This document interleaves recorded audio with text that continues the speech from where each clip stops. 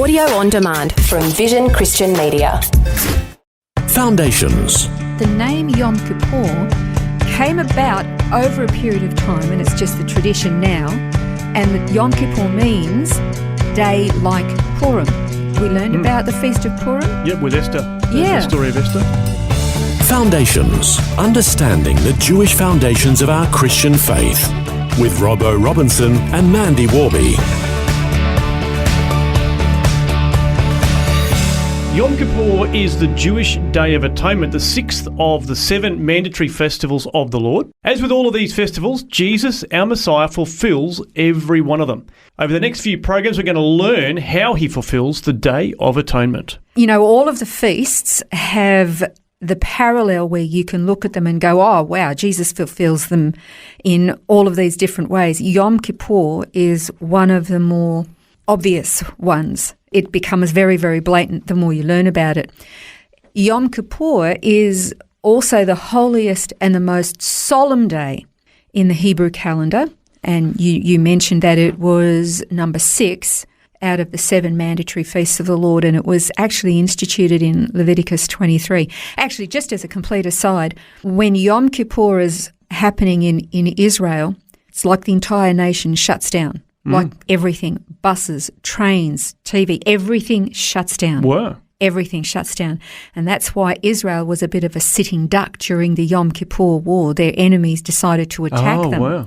And the only way they were actually able to rally was through the old-fashioned, sirens. Mm-hmm. Otherwise, they couldn't even ring anybody. Everything was shut down. So just as an aside, that's amazing. It's so solemn and it's so serious that the entire nation will shut down. Of course, the army doesn't do that anymore. They stay alert. They've learned the lesson. They've learned their lesson well. But as you say, the feasts of the Lord really represent, in a number of different ways, the plan of God's redemption for the world. Absolutely. Actually, once we get through all of them, we'll be able to look back and just recap over each of the 7 feasts, and you go, wow, that is the plan of redemption, all fulfilled through Jesus the Messiah. It's quite amazing. We've talked about this many, many times, but man's greatest predicament is that he is sinful and therefore he is separated from God. God is holy. He cannot abide sin. Now, because God knew man would sin, he instituted this plan of redemption. And because God can't tolerate sin, he had to make sure that the plan of redemption would provide this means of being reconciled to the human creation. Reconciliation. It's a politically correct term these days, but God invented the concept. And the feasts of the Lord, of course, reveal this. So when does Yom Kippur actually take place? The 10th day of the Hebrew month of Tishri, the first month of the annual Hebrew calendar, but it's actually the 7th month in the religious calendar. Gets a little bit confusing. We talked about Rosh Hashanah, which is the Jewish New Year, the welcoming of the king and the preparation, this starting of this preparation of repentance, welcoming the king, but there is this process of repentance. And that starts the 10 days of awe at Rosh Hashanah, the Jewish New Year. The 10 days of awe lead up to Yom Kippur. And these 10 days is meant to be personal reflection, personal preparation, and repentance for all the wrongdoings and all of the sins that have separated people from God. And the ultimate goal is not only forgiveness, but to have your name written in the book of life. That's the ultimate goal. And we can read about the instigation of Yom Kippur in Leviticus 23, verses 27 and 28 say, "On exactly the 10th day of this 7th month is the Day of Atonement. It shall be a holy convocation for you, and you shall humble your souls and present an offering by fire to the Lord. You shall not do any work on this day, for it is a day of atonement, to make atonement on your behalf before the Lord your God." Again, there's this understanding that this is about a substitute. It's somebody doing a sacrifice on your behalf before the day of the Lord.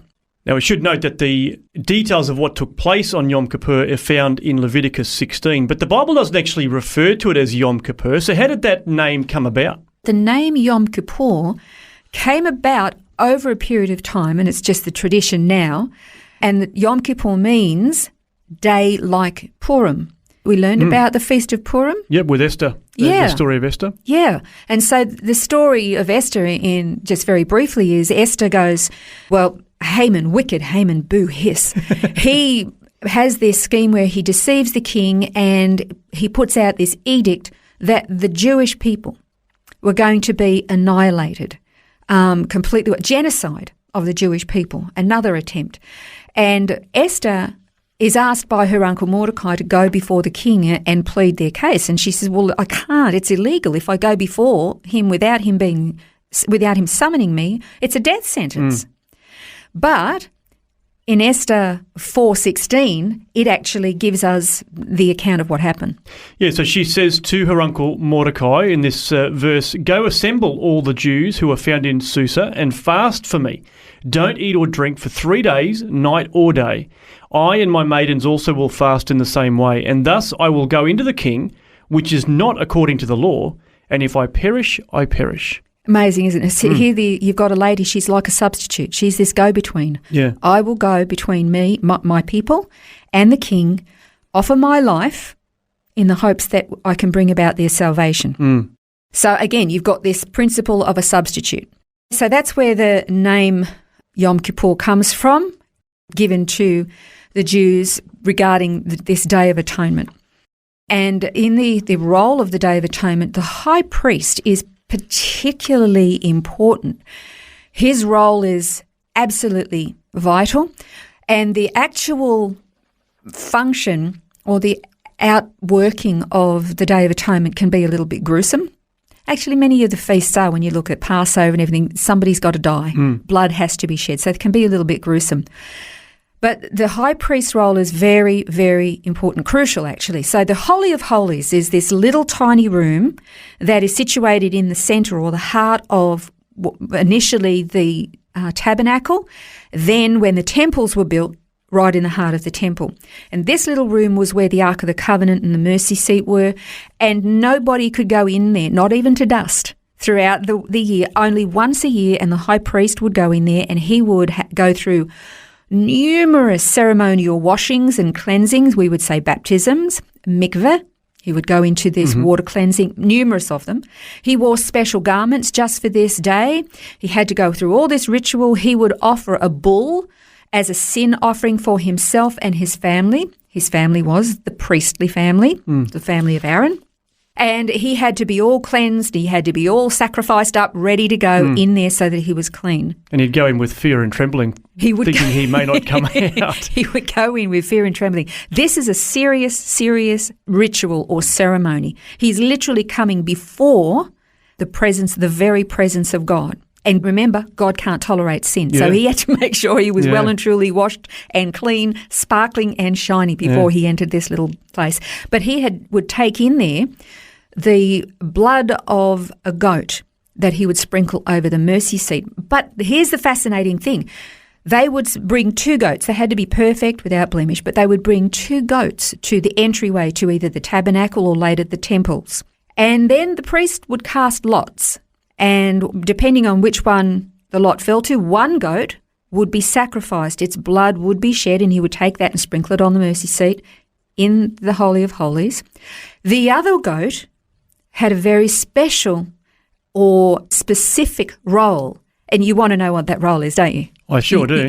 Well, I'm sorry, you're going to have to wait till next time. So we'll keep you all in suspense on this one, and we will explore these 2 goats and understand the term scapegoat as we continue to study the Day of Atonement, or Yom Kippur, on Foundations.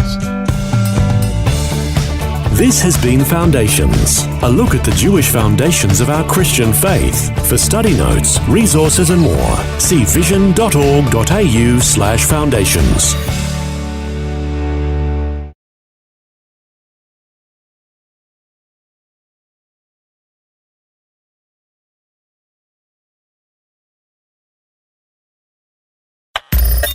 Thanks for taking time to listen to this audio on demand from Vision Christian Media. To find out more about us, go to vision.org.au.